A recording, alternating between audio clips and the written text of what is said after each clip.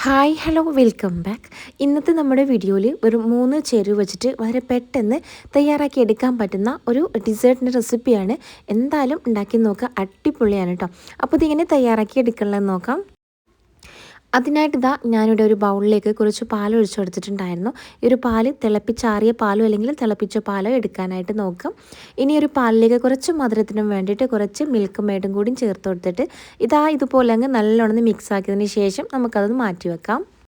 ഇനി ഒരു മിക്സ്ഡ് ജാറിലേക്ക് കുറച്ച് ഫ്രഷ് ക്രീം ഒഴിച്ചു കൊടുക്കണേ. നമുക്ക് എത്രത്തോളം ക്രീം ആവശ്യമായിട്ടുണ്ട് അതിനനുസരിച്ച് വേണം ഇവിടെ ക്രീം ഒഴിച്ചു കൊടുക്കാനായിട്ട്.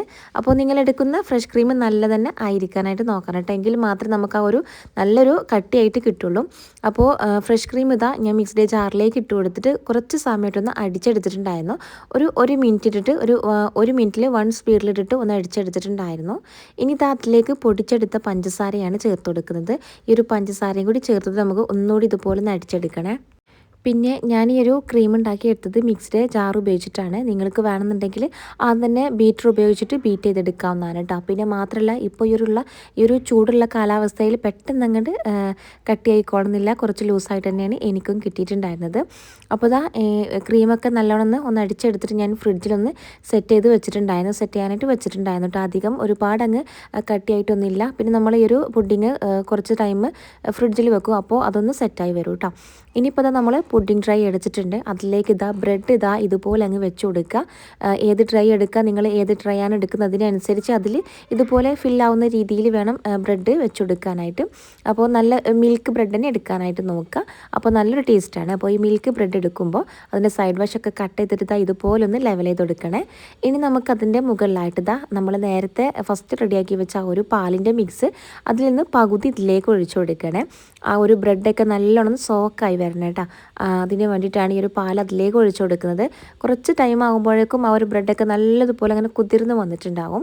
അപ്പോൾ ഫസ്റ്റ് സ്റ്റെപ്പ് കഴിഞ്ഞിട്ടുണ്ട്. ഇനി നമുക്ക് ഇതിൻ്റെ മുകളിലായിട്ട് നമ്മൾ നേരത്തെ റെഡിയാക്കി വെച്ച ആ ഒരു ഫ്രഷ് ക്രീം ഇതിലേക്ക് അങ്ങ് ഒഴിച്ചു കൊടുക്കാം. അപ്പോൾ ഫ്രഷ് ക്രീം ഇവിടെ നല്ലോണം അങ്ങ് കട്ടിയായിട്ടൊന്നുമില്ല കേട്ടോ, കുറച്ചൊന്നിങ്ങനെ ജസ്റ്റ് ഒന്ന് ലൂസായി വന്നിട്ടുണ്ടായിരുന്നു. ഒന്നാമത് നമ്മുടെ ഈ ഒരു കാലാവസ്ഥ അത് ചൂടായത് കൊണ്ടാണ് കേട്ടോ അത് അത്രയും ലൂസായി വരുന്നത്. പിന്നെ നമ്മൾ എടുക്കുന്ന ഫ്രഷ് ക്രീമിനനുസരിച്ച് ഇരിക്കും കേട്ടോ. ചില ഫ്രഷ് ക്രീമൊക്കെ പെട്ടെന്ന് കട്ടിയായി വരും, ചിലത് നമ്മൾ എങ്ങനെ ആക്കിയാലും അത് അത്ര കണ്ട് കട്ടിയായി കൊള്ളുന്നില്ല. ഇനിയിപ്പോൾ ഈ ഒരു ഫ്രഷ് ക്രീം ഇതുപോലെ ഞാനിത് അതിൻ്റെ മുകളിലായിട്ട് ഇങ്ങനെ അങ്ങനെ ഒഴിച്ചു കൊടുക്കുന്നുണ്ട്. ഇനി ആ ഒരു സെയിം സ്റ്റെപ്പ് തന്നെ റിപ്പീറ്റ് ചെയ്തെടുക്കുക. ആ ഒരു ഫ്രഷ് ക്രീം ഫുള്ളായിട്ട് ഒഴിച്ചതിന് ശേഷം അതിൻ്റെ മുകളിലായിട്ട് വീണ്ടും നമ്മൾ ബ്രെഡ് ഇതുപോലെ ഒന്ന് സെറ്റ് ചെയ്ത് വെക്കുന്നുണ്ട്. ആ ഒരു പാത്രത്തിനനുസരിച്ച് ഇങ്ങനെ ലെവൽ ചെയ്തെടുക്കുക കേട്ടോ. വീണ്ടും അതിൻ്റെ മുകളിലായിട്ട് ബാക്കി വന്ന ഒരു പാല് കുറച്ച് നമ്മൾ എടുത്ത് വെച്ചിട്ടുണ്ടായിരുന്നു, അതും കൂടി ഇതിൻ്റെ മുകളിലായിട്ട് ഇങ്ങനെ ഒഴിച്ചു കൊടുക്കുക. ആ ഒരു ബ്രെഡൊക്കെ നല്ലോണം സോക്കായി വരണേ. ഇനി അതിൻ്റെ മുകളിലായിട്ട് ലാസ്റ്റ് വരുന്ന ആ ഒരു ഫ്രഷ് ക്രീമും കൂടി ഫുള്ളായിട്ട് ഇതിലേക്ക് അങ്ങ് ചേർത്ത് കൊടുത്താൽ മതി. ഫുൾ ഒഴിച്ചു കൊടുക്കുക കേട്ടോ. ഫുൾ ഒഴിച്ചു കൊടുത്തിട്ട് അത് ഇങ്ങനെ എന്താ പറയുക, മുങ്ങിക്കിടക്കുന്ന ആ രീതിയിൽ അങ്ങനെ കിടക്കണേ. എന്നിട്ട് അതിൻ്റെ മുകളിൽ വേണമെന്നുണ്ടെങ്കിൽ നിങ്ങൾക്ക് നട്ട്സൊക്കെ എന്തെങ്കിലും ഉണ്ടെങ്കിൽ ജസ്റ്റ് ഇങ്ങനെ കട്ട് ചെയ്തിട്ട് ചേർത്ത് കൊടുക്കാവുന്നതാണ്. അപ്പോൾ ഞാനതൊന്നും ചേർത്ത് കൊടുക്കുന്നില്ല. അപ്പോൾ നമ്മുടെ ഒക്കെ ഇങ്ങനെ റെഡി ആയിട്ടുണ്ട്. ഈ ഒരു പുഡിങ് ഇവിടെ ഏകദേശം ഇങ്ങനെ ലെവലായി വന്നിട്ടുണ്ട്. ഇനി നമുക്ക് നേരെ ഫ്രിഡ്ജിൽ വെച്ചിട്ട് ഫ്രീസറിൽ വെക്കണേ. ഫ്രീസറിൽ ഒരു 10-15 മിനിറ്റ് ഒന്ന് സെറ്റ് ചെയ്യാനായിട്ട് വെക്കുക. അപ്പോഴേക്ക് ഇതുപോലെ ഇങ്ങനെ ഒന്നിങ്ങനെ സെറ്റായി വന്നിട്ടുണ്ടാവും കേട്ടോ.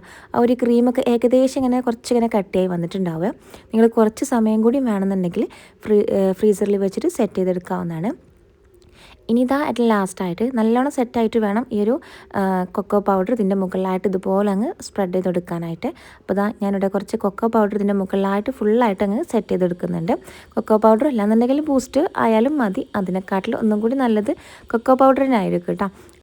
കാരണം ബൂസ്റ്റ് പൊടി ആകുമ്പോൾ അതിലും മധുരമാണ്. അപ്പോൾ എല്ലാം കൂടി മധുരമാകുമ്പോൾ നമുക്കൊരു മടുപ്പ് തോന്നും. അപ്പോൾ അതുകൊണ്ട് കൊക്കോ പൗഡർ ആകുമ്പോൾ ഒന്നും കൂടി നല്ലതാണ്. അപ്പോൾ എല്ലാം ഞാൻ ഇതിൻ്റെ മുകളിലായിട്ട് ഇതുപോലെ ഒന്ന് സ്പ്രെഡാക്കി കൊടുത്തിട്ടുണ്ടായിരുന്നു. ഇത് ഇങ്ങനെ ചെയ്തതിന് ശേഷം വീണ്ടും ഫ്രീസറിൽ വെച്ചിട്ട് കുറച്ച് സമയം കൂടി ഒന്ന് സെറ്റ് ചെയ്ത് വെക്കുകയാണെങ്കിൽ ഒന്നുകൂടി നല്ലതുപോലെ കട്ടിയായിട്ട് കിട്ടും കേട്ടോ. അപ്പോൾ നമ്മുടെ ഡിസേർട്ട് ഇവിടെ റെഡി ആയിട്ടുണ്ട്. നല്ല ടേസ്റ്റാണ് കേട്ടോ. അപ്പോൾ എന്തായാലും ഒന്ന് ട്രൈ ചെയ്ത് നോക്കുക. ഉണ്ടാക്കിയെടുക്കാൻ തന്നെ വളരെ സിമ്പിളാണ്. അപ്പോൾ ഈ ഒരു റെസിപ്പി ഇഷ്ടമാണെങ്കിൽ ലൈക്ക് ചെയ്യാനും ഷെയർ ചെയ്യാനും പിന്നെ ഈ ഒരു ചാനൽ സബ്സ്ക്രൈബ് ചെയ്ത് കാണുന്നവരുണ്ടെങ്കിൽ ഒന്ന് സബ്സ്ക്രൈബ് ചെയ്യാനും കൂടി മറക്കല്ലേ കേട്ടോ. അപ്പോൾ ഇൻഷാ അല്ലാഹ് പുതിയൊരു വീഡിയോയിൽ കാണാം. താങ്ക്